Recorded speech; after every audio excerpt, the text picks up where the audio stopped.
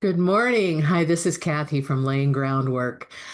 I want to share an experience that I have had with you that has kind of led me to partially why I do the work that I do as far as coaching people and working in this arena. So I vividly, absolutely remember the most dreadful job I ever had. And to outward appearances and by all appearances out in the outside world, it should have been my dream job, and yet it just wasn't. So at the time, I was just out of grad school and I was working really at what was the nicest, absolutely the nicest facility in town. My colleagues were great, the people we served were great, but management was really toxic. And so, of course, not surprisingly, that polluted the entire organization. After many failed attempts to kind of help right the ship, I finally left that job and moved into a similar position in a different organization. Everyone there, including management, was great, and yet I still felt restless. Every week I tried to talk myself into being okay with this job, and it worked kind of for a couple, 3 years, and then it just didn't. So, of course, now hindsight being 2020, I recognized that at the time I just didn't have a clarity on what I really wanted to accomplish in the world and what kind of person I really wanted to be.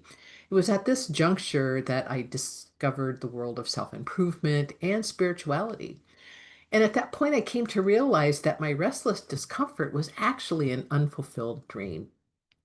So as I became more clear about what I was striving for, that clarity led me down a path that is still unfolding today. And it's been such a great ride, quite a ride, actually, so far.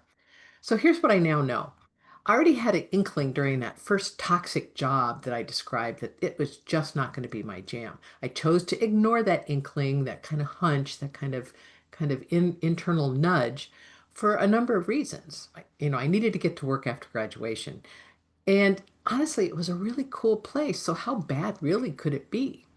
And it's amazing to me looking back the excuses I made to help me justify staying where I was, even though I was incredibly unhappy and incredibly uncomfortable.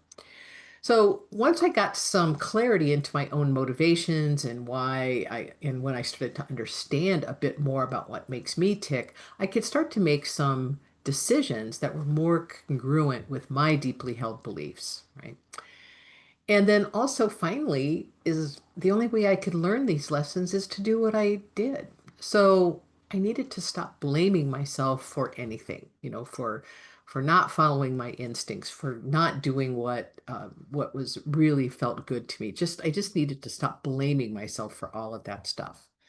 So what I can do now though is I can share my process with you. It's not really a cheat code. It's really more of a structured way of learning to walk your own path. To get you started, I would love to share this little ebook I wrote. It will help you start to shift your mindset and to allow you to see what is really possible for you. And remember, this is always an inside job. Please reach out to me if you are interested in scheduling a free 1 hour coaching session. I'm always happy to provide that for people, and you will find the link to my calendar below. Thank you very much and take good care.